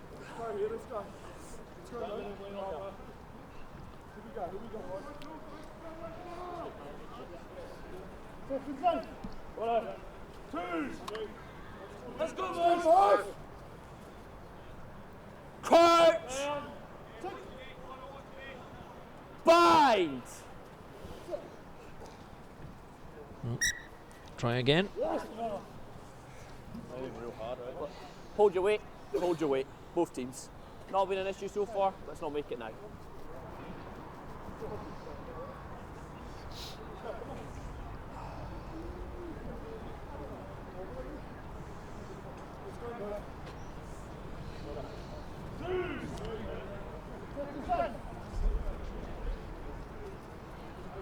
Crouch! Bind! And again. Right, fellas, go into your slot, don't stand up, okay? He's going to run out of patience eventually, but how does he sort it? It's just not happening. Nah, it's tricky for players alike on a day like this. You know, the pitch is soft underfoot.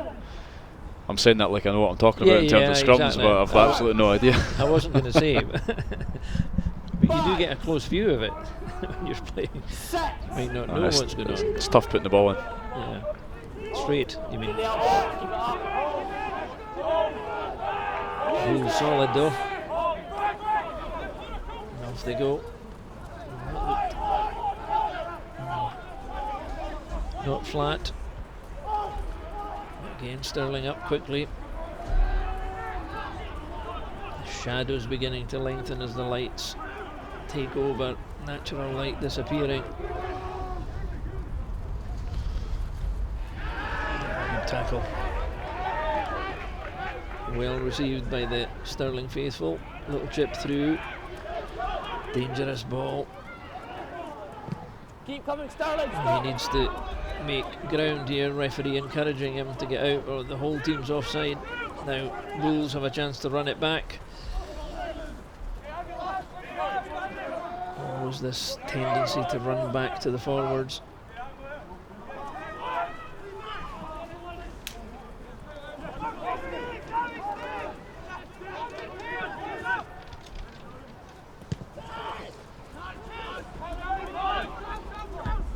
More ping pong.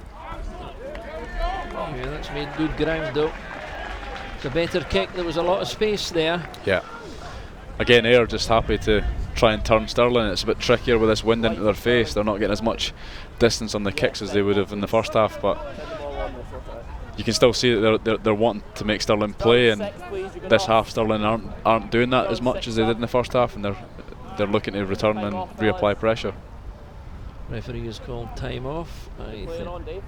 Not sure what Marshall Sykes is doing in the background there. A bit of skiing or something like that.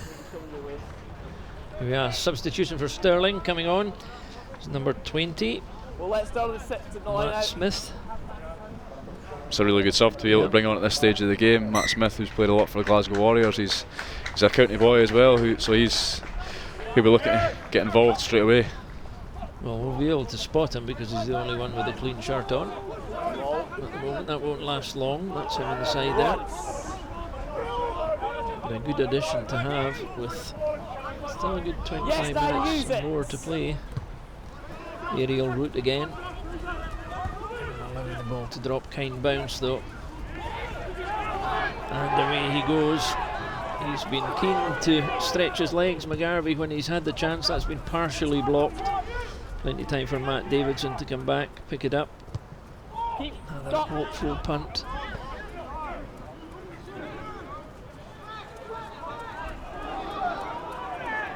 Here we go again. Stirling showing a bit of ambition and flair from midfield, and it's all come from McGarvey, who's been keen to explode forward when he can. They get the ball back. Just a spring in Stirling's steps now that they've got any kind of forward momentum. Keeping it tight. Oh, chop tackle there on Murphy Walker.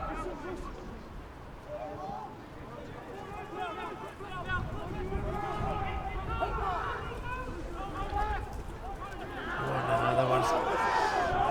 Big shout there for no arms, but borderline.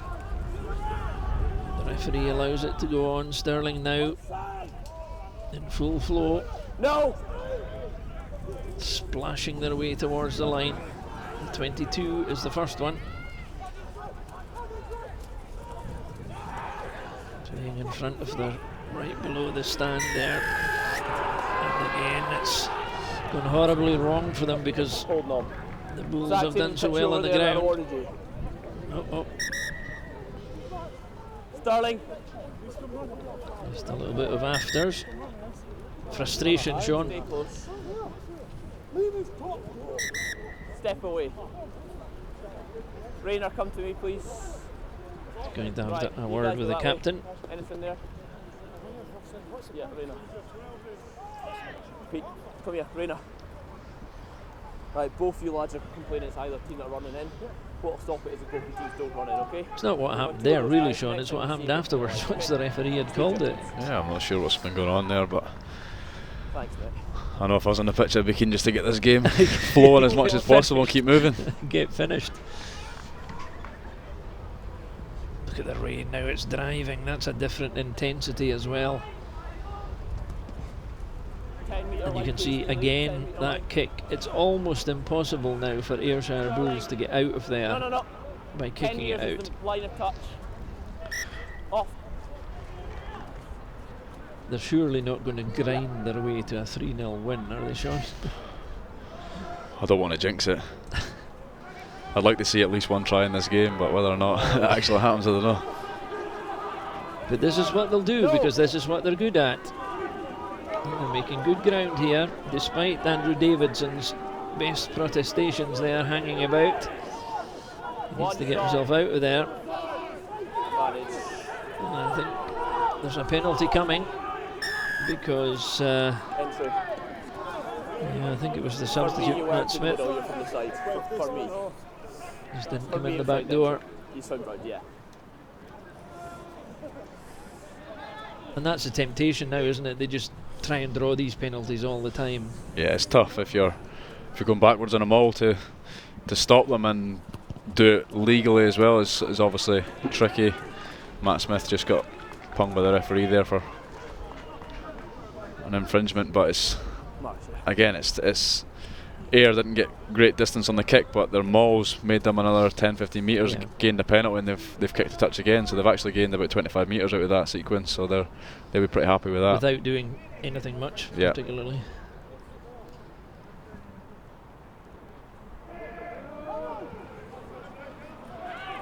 Maul.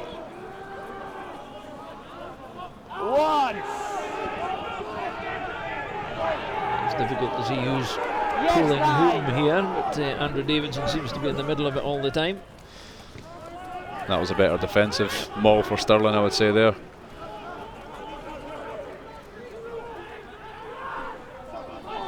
Strong scragged there, half scragged anyway. Good line speed from the Stirling backs. Dean Taylor Mingus. Bulls keeping it to short passes, shoulder to shoulder. Now it comes out. Good low kick, this is a good kick, dangerous kick. Well taken by Ewan McGarvey. He's been pretty solid at the back, and he's shown a bit of invention when he's had the chance. He hasn't had many. Yeah, it's never a great day to be a fullback, especially if it's really horrific conditions like this. But I thought he's done a really good job at the back there. He's diffused quite a lot of kicking that Ayr have put on him, and he's kicked well when he has kicked, and like you said, he's provided a bit of spark when he's ran the ball. Difficult ball to deal with, that horrible, wasn't it? And Taylor Mingus has taken a knock in midfield. The Stirling County number 8. So the referee's just checking up on him. Not quite sure he has his back to us at the moment. No, there we are. It's something to do with his throat. Just checking him over. There's actually been surprisingly few injuries and knocks on a day like this. You would probably have expected a few more players to be bumping into each other and whatever. The problem at the moment is keeping warm. I mean, you look at them when the players stop, they're all doing individual things to try and keep themselves warm. Just keep moving, yeah. It's not a great day for rugby, I wouldn't say, but I think both teams so far have tried their best, and with what ball each team's had, they've played to the conditions, and they've tried to at least play a bit of rugby. I would say both teams, but it's never easy on a day like this. And the longer the game goes on now, we're into almost the hour mark. The longer this game goes on, the more aware the players become of the time and the danger of making a mistake, which could cost them. Bulls would happily walk away 3-0, having won the game, but you know, one mistake on either side is possibly going to put the game beyond the reach of the others. I think it's not finely poised. I think you, on a day like this, you know that a try is probably going to be enough to win a game, or you know, swing a result anyway. For Stirling especially, they'll know if they give away a try, it's going to be hard to get back 10 points, and likewise if they score a try, they're right back in the game and potentially in a good position to win the game. So James Powell has come on for Dean Taylor Mingus. Another nice clean shot on the pitch. Involved straight away right in the middle there.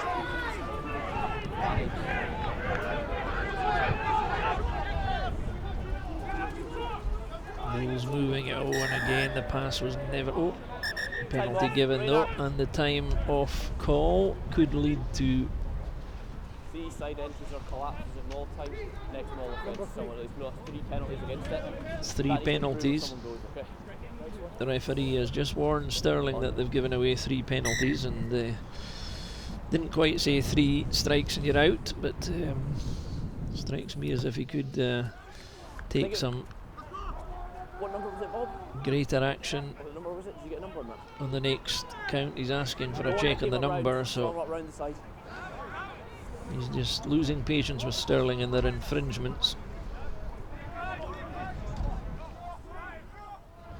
That went in like a rocket. Sprung out just as quickly. Armstrong waits, but there's no way he's going to get the ball for a while, I wouldn't have thought. try and move it further in. They're inside the 22, the Bulls. Onside. Another thrust.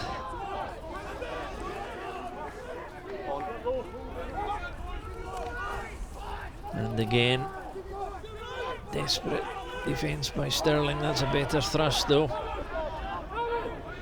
Yes. Keeping it tight, just going round the fringes all the time. They've moved into the middle of the park now. Made another couple of metres. Tackle release, Stirling. Stirling just can't afford to give away a penalty in this range, because it's just a, even in these conditions you would expect it to be a pop over. So Armstrong goes in, but this time they've won the penalty. Sealing off this time, Blair McPherson. Well, that's kind of like what happened in the first half when there was a huge defensive set by Stirling that was really important, Sean. I mean, that if they had conceded there, they were in trouble. Yeah, definitely, and Ayr will be really annoyed at that. You know, that's Stirling haven't really won a penalty there. Ayr have just been sloppy and gone off feet and given away a soft penalty and relieved pressure for Stirling. So Ayr will be kicking themselves about that. But Stirling have got a line out near the halfway in their own half. I wouldn't be surprised if we see a drive and a kick again just to get into Ayer's half. Well, they've still spent, even though they've got the wind with them, they've still spent a lot of time in their own half this half. They've made up half of their own half, so one more kick would get them into a good attacking position, but they need a good straight throw first of all, and then a good catch. So far so good. And they've got a penalty coming as well.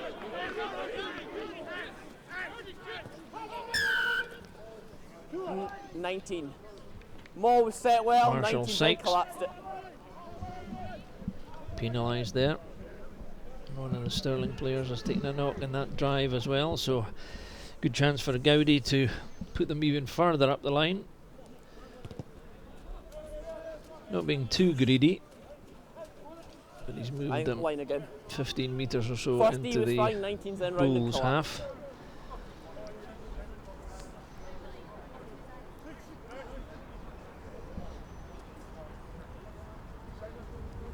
Just taking their time coming to the line as well.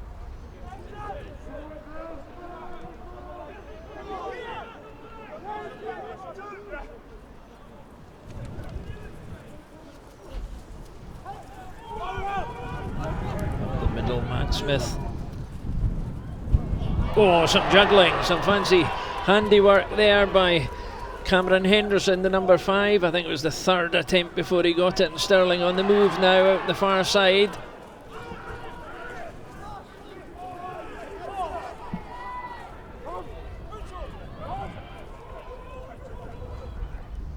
That's how close they are.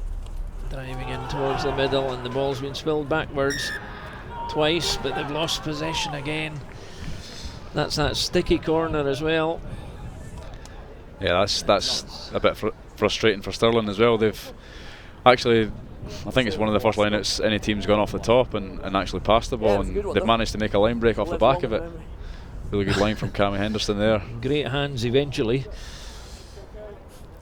But again, it's just when teams get in these 22s, if you can reduce the errors, you really keep pressure on the opposite. He was a bit isolated as well. He didn't really have anyone on his shoulder that could move the ball quickly. Yes, I think it's one of these days where boys aren't anticipating any line breaks. So. Weight across. Stirling weight across. Free kick. Again. Stirling weight across on the far side. Just not playing ball at the scrum either. So that again gives Ross Thompson a chance to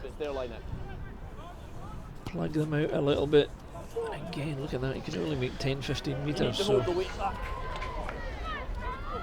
You're putting the weight through onto Ayr. Just need to hold your own weight. Yeah, but again, Stirling have made good ground and they're up in the right half of the field where they want to be.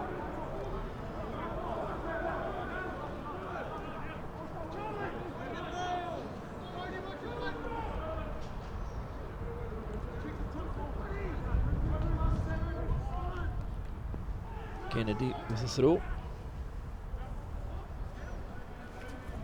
Henderson delivers. Oh, just Really good pick up there. fingertips. On a day like this, he's done well to keep a hold of that.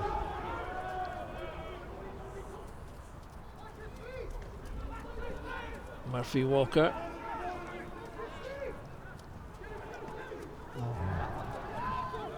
Again, it's spilled. Reinhard Kennedy calling for help, but eventually it goes to Davidson. Bulls sticking with it, not committing too many men to the breakdown, but now they've won the ball. They'll certainly flood in now. Thompson keen to move it. Advantage over. Yes, it's over. Yes. Armstrong. Tackle! It's then back to halfway now. Just too quick with the hands, but Ollie Smith has a chance to run it back, but the referee will bring them back. Yep, send them on, please. Yep, send them on, I'll get them off. Air 6. Air 6. The referee says George Burdle. Just go that way, yeah. Number 20 is coming on, Graham Geldenhuys for Ayrshire Bulls. The first Right, sub. time on, fellas. Scrum. Just the one. I thought there were more than that. Wait, come on. But Geldenhuys has come on. Number 20. Fellas, don't change now, come this side. Two good ones.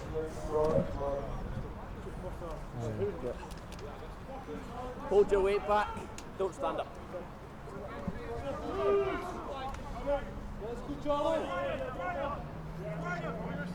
Crouch! Bind! Set!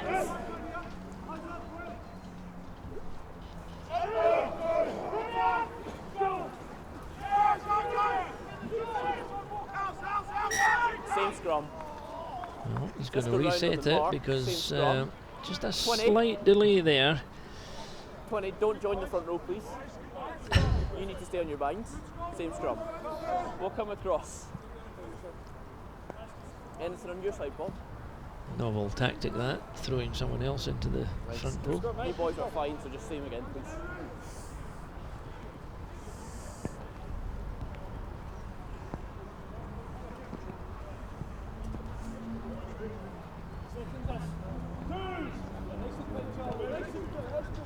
Just to remind you, Sean, as if you didn't know, I know you're deep in thought, that you will have about less than 10 minutes to pick a man of the match, player of the match. From this Penalties in early against the second one. contest. I'll leave that one with you. Front row. I was actually giving it a little bit of thought there. That's what I thought. Yeah. You could hear it clunking. The referee's doing well so far. There's a couple of players. I'll offer you some suggestions later if you're struggling.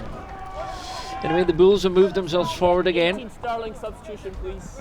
We have a Stirling sub. 17 coming on is Michael Scott. Yeah, we're not going to go.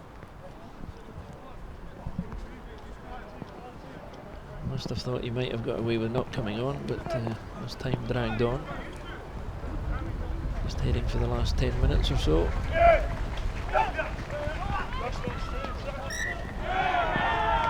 Again, it's just not tidy. Option, let's cover line. Rainer. Scrum. And an option, referee offers an option as the sheets of rain, watching them in the light, just drive into the face of the Bulls and on the backs of the Stirling County players. Thoroughly unpleasant afternoon. And the they should be checking the wingers for hypothermia by now, I would have thought. Some of them are looking pretty cold. Almost a half break there. Kick now to turn the Bulls. Lucky bounce straight into the Arms enabling the Bulls to run it back. Armstrong marshalling his troops. Needs a bit of protection here. He's just going to try and make some more ground. This could be tricky against the wind. Makes it to halfway. Ball is loose and the Bulls have it. Feeding the sub, Geldenhuis. Almost Coyley was caught. Armstrong took his eye off it. Use it. Gordon Reid takes the lead. Fancies a bit up the blind side.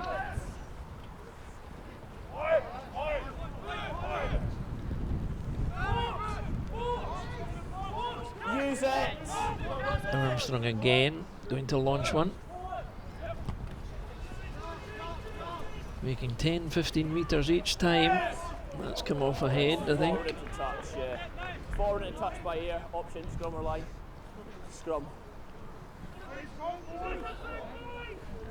That might have bounced off Ewan McGarvey's head latterly, but I think there was maybe a knock-on just before that. I think it's good game management by David Armstrong there. He's, even though they're almost in the Stirling half, or they might have just been in it, he's still pretty happy just to stick the ball in the air and make Stirling just edge them forward bit by bit.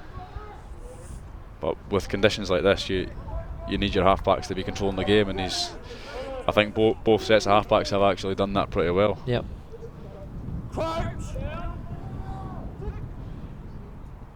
Bite. Said a member of the Scrum Half Union.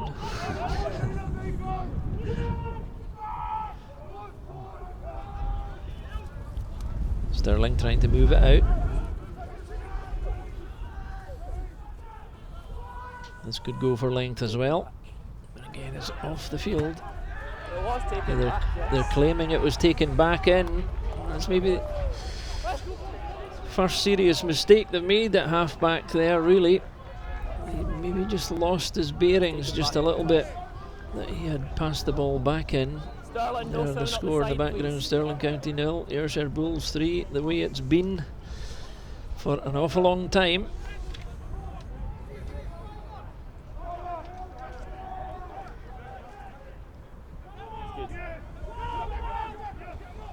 Short ball. Just didn't get the second pass away. Hands up. Back foot back.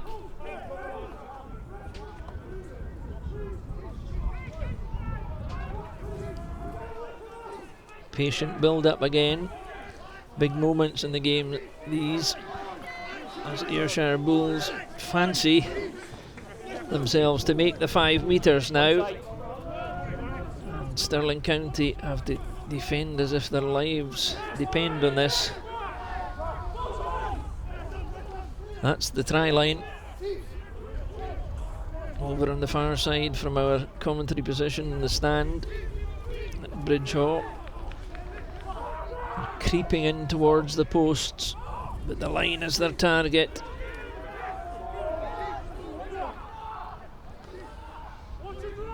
I doubt if Armstrong will get his hands on this.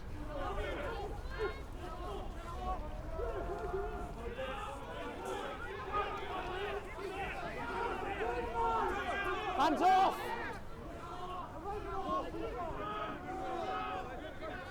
Desperate defence. Going low and high. Bulls trying to turn over. There's the ball and they've spilled it. They've spilled it. Although, on the line, it's a try. well, the referee has given a try.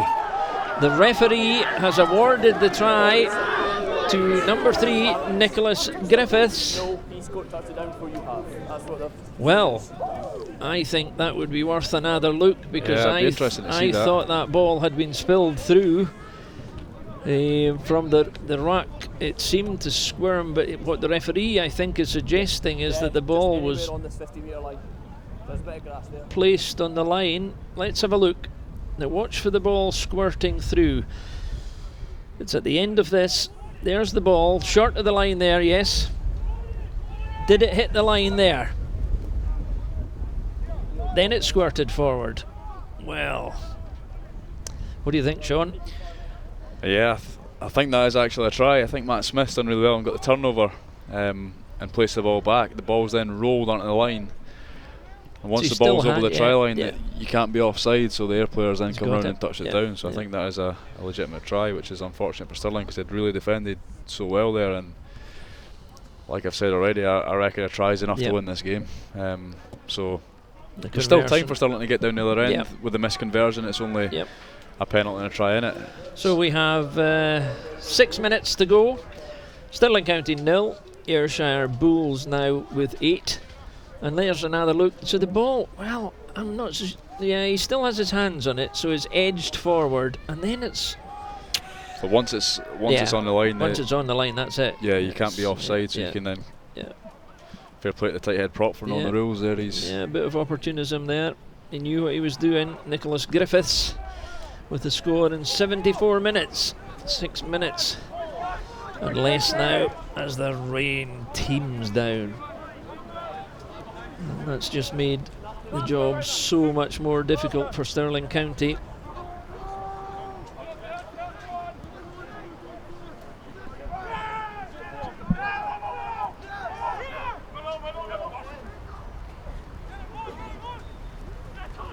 So Stirling have to make ground over the distance, and they've spilled it again. Here come the Bulls. Very poor kick that, but it's given Stirling the chance to run the game back.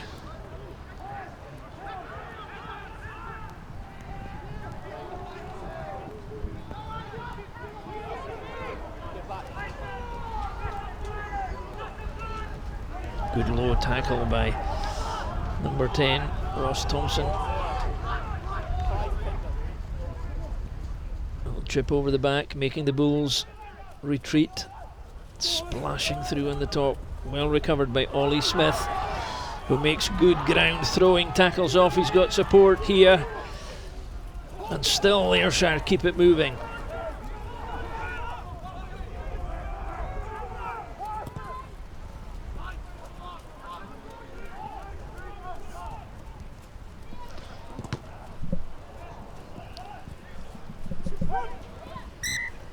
And eventually the referee calls time. Not play. The ball got thrown at him, he accidentally kicked the ball as a scrum.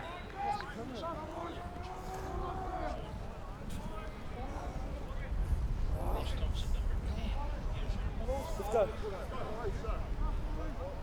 There's probably like 4 to go. It's probably like 1. So the game now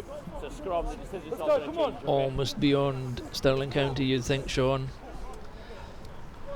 Just with the conditions, it's 4 minutes still to play, but 4 minutes passes very quickly in this kind of weather. One mistake really would do it, wouldn't it? Yeah. And then it's obviously scrums take a while to set up. If there is a knock on or something like that, it kills so much more time than you need it to. Set.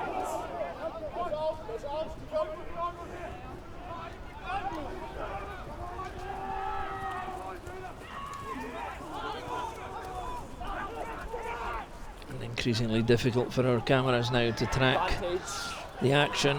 It's the Bulls breaking through in the gloom, descending in the driving rain. They're just below us now, almost impossible to make out the players, even at the distance we are from the field. It's just a big black puddle in there now. The Bulls spill it. Stirling doing their best to drive them back. Referee says the Bulls have it, and the Bulls get the scrum for the knock on.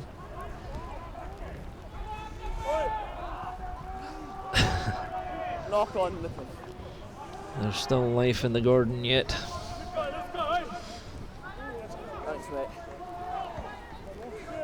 Well, fair play to the players, Sean. They've kept it going. Both sets of players, they've done their best. Don't think anyone can argue with that. But it's been absolutely desperate conditions. There's only so much you can do on a day like this. It's definitely a day for 10-man rugby. Yeah. But saying that, both teams, when they've had a chance to counter attack, they've looked to do it, and yeah, it's been tricky for them. Thank you. Thank you.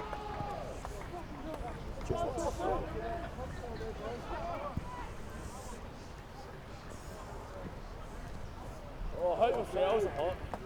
Your shells hot? Oh. Where's the hell I had on the shells? Keep that elbow from him. Find on the back. Not as bad.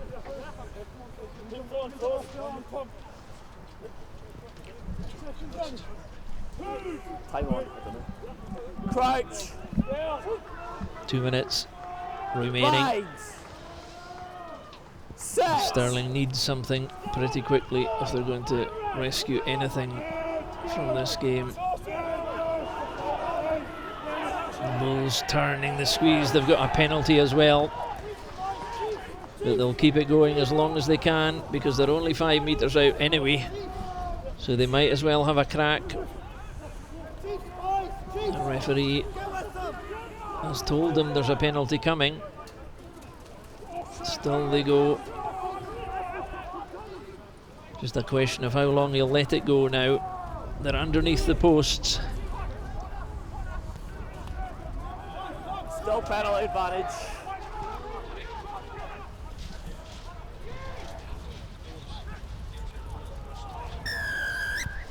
And the penalty is given. Scrum collapse.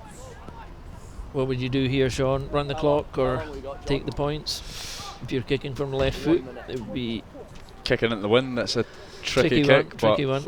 if you make it, you take away the losing, or there isn't a losing bonus point. But yeah, it's going to and they're into kill the the clock, and then you're going to see and out the game. that's your player of the match. The FOSROC player of the match is Ross Thompson, number 10, Ayrshire Bulls. Sean. Yeah, well, obviously it's tough. It's been a day for the forwards. I think Ayers Pack have really done well in terms of scrum and maul, but I think Ross has controlled the game really well in that first half. He kicked really well, kicked the penalty that had Ayr ahead for so much of the game, and that's why I thought he was player of the match today.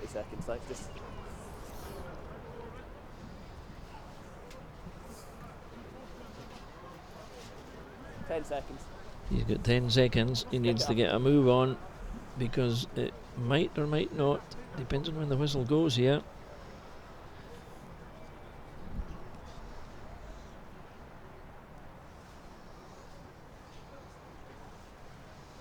That's a generous 10 seconds because the hooter went just as he was lining it up and he's missed it anyway. So the ball has gone dead and the referee has called no side at the end of what has been a desperately difficult game for both Stirling County and Ayrshire Bulls. But at the end of the day, the crucial part of the game, or the crucial score in the game, was the try in 74 minutes from Nicholas Griffiths of the Ayrshire Bulls, who was sharp enough to spot the opportunity just at the try line to give them the one score added to the penalty from earlier on, which has given the Ayrshire Bulls hard-earned victory and a great deal of frustration for the Stirling County side, who fought very well and very hard in defence for most of the game despite having the conditions in their favour in the second period. So the final score here in the FOSROC Super 6 Championship match at Bridgehaugh: Stirling County 0, Ayrshire Bulls 8. Fair enough over the piece, Sean Kennedy? Yeah, I would say Ayr on the whole probably played the conditions slightly better. There wasn't much in it really. Stirling were still looking to play rugby. You know, they had a real positive mindset, I think, in that first half as well, but sometimes that could lead to errors and end up being camped in your own half because of that. But the Bulls were patient all the time. They never panicked, and to be honest, when they got to 3-0 at half-time, they must have fancied it because they were in control. Yeah, their pack played really well today, I thought, and set piece especially. They done well in that area of the game, but they just done enough. And then obviously Stirling's own mistake led to a try. Let's have a look at some of the key moments in the game then, Sean. It was gritty stuff, hard stuff, but as you said earlier, it was playing the conditions as well as they could. But you know, for Stirling, nothing came off at all. Really, they just didn't have the chances. Yeah, it's frustrating as well because it's one of those days where if one thing does come off, you've got a potential of scoring a try that could actually win you the game, and on a day like this, and it's just Yes, I've no doubt that Stirling will be really frustrated with that game, because, like we see here, that there was opportunities that they created, and then later on in the play there'll be a little mistake somewhere, that was their difficulty. Once they got into the kind of red zone, as it were, they just didn't have it. But this was the key moment. This was what decided it, really. They were that close, the Bulls, and then you see the ball coming through at the feet here, and then there's just a question: what happened? Did the ball spill through? You see it coming through, but then Nick Griffiths was quick enough to spot it. So you'll see here, it's really good defensive work from Matt Smith, who actually rips the ball. And at that point, you think Stirling are going to relieve pressure, where the ball squirted back, hit the line, and then it's a try to Ayr. It's just. So I suspect the try was given for the first time it came through, rather than when he placed it. Had the ball not reached the line at that point anyway. But as you said, there was no offside because the ball was through. Yeah. And then but it was a contentious point, but at the end of the day, we think it was the right decision. And then, of course, the kick. Desperately difficult kicking conditions for the day, and kicking in the wind's never easy. But in the first half, Ross Thompson slotted his one and only penalty, and I suppose on the day that would have been enough to win without the try. But it's just it wasn't a great spectacle. No, but for sure, Peter Murchie will be happy taking his team home with a winning. The 4 points. We know that Watsonians have won their game against Boroughmuir Bears as well, so that keeps them in the same position, but it keeps them in touch at the top of the league. But disappointment all round for Stirling. Yeah, definitely. Peter Murchie will be happy with that. Coming to Stirling's never an easy place to come and win. So if you're leaving with 4 points, you're definitely happy as an Ayr fan or an Ayr player or Ayr coach. And then Watsonians winning again, so they've went unbeaten this season so far, and they've stretched their lead at the top. Obviously, Ayr still in touch with them, but it's just. Yes, something needs to knock Watsonians off their stride, I think. Now, these games, this particular fortnight, is a double header. Stirling have to go to Ayrshire next week. 2 things. What was there anything else they could have done today, and what do they need to do next week when they go down to Ayrshire? Nah, you can't be trying to change too much in terms of 1 week, but Stirling would I think it's just errors. If they'd kept hold of the ball for longer than Ayrs 22, they probably would have benefited more and potentially scored more points. And again, Ayr, fair play to them, they played the conditions pretty well. Let's just have a look at this. I mean, there is some doubt. I mean, people are arguing about this, understandably, because it's so close. But you see there, the ball's coming through. So at this point, the ball hits the line, and then it squirms loose. So I think it's Matt Smith has actually ripped the ball in defence, and he's placed it back. It's then rolled onto the line. So which has allowed the Ayr player to come offside and touch it down. Nick Griffiths has seen that, So that was it, but that was a crucial moment, and it was enough. It was enough to give them the points, and as you said, we know Watsonians. There is the league table now. It's beginning to look almost like there's, it's halfway. Stirling are in the wrong half at the moment. Yeah, obviously they haven't played 4 and only won 1. It's not great viewing, but they've got a draw in there. We've yet to win at home, which is a bit frustrating. And again, we've got Ayr away next week, which is now a massive game. Having lost at home, you need to try and make up those points elsewhere. And Ayr will be really confident after that game, knowing that they can edge out a gritty victory. But Stirling have got a lot to take from that game as well. I think defensively they were really solid. There's just a couple of small parts of the game that if they get it right, next week could be a lot harder for Ayr to win, or potentially a Stirling win. A tough gig, but next week's coverage, our live game on Scottish Rugby TV and BBC Online, will be in fact the Boroughmuir Bears against Watsonians Rugby, a huge match in the Edinburgh Derby there. That's live at 2 o'clock next Sunday on Scottish Rugby TV and BBC Online. Well, that's just about it from Sean and I, who will be going to get something warm now and a bit of comfort. Thank you for joining us on this afternoon in the FOSROC Super 6 competition and our coverage on Scottish Rugby and BBC Online. Remember, next week, as we said, Boroughmuir Bears against Watsonians Rugby at 2 o'clock live on Rugby TV and BBC Online. From me, Sean Kennedy, and the rest of the team, have a very good evening.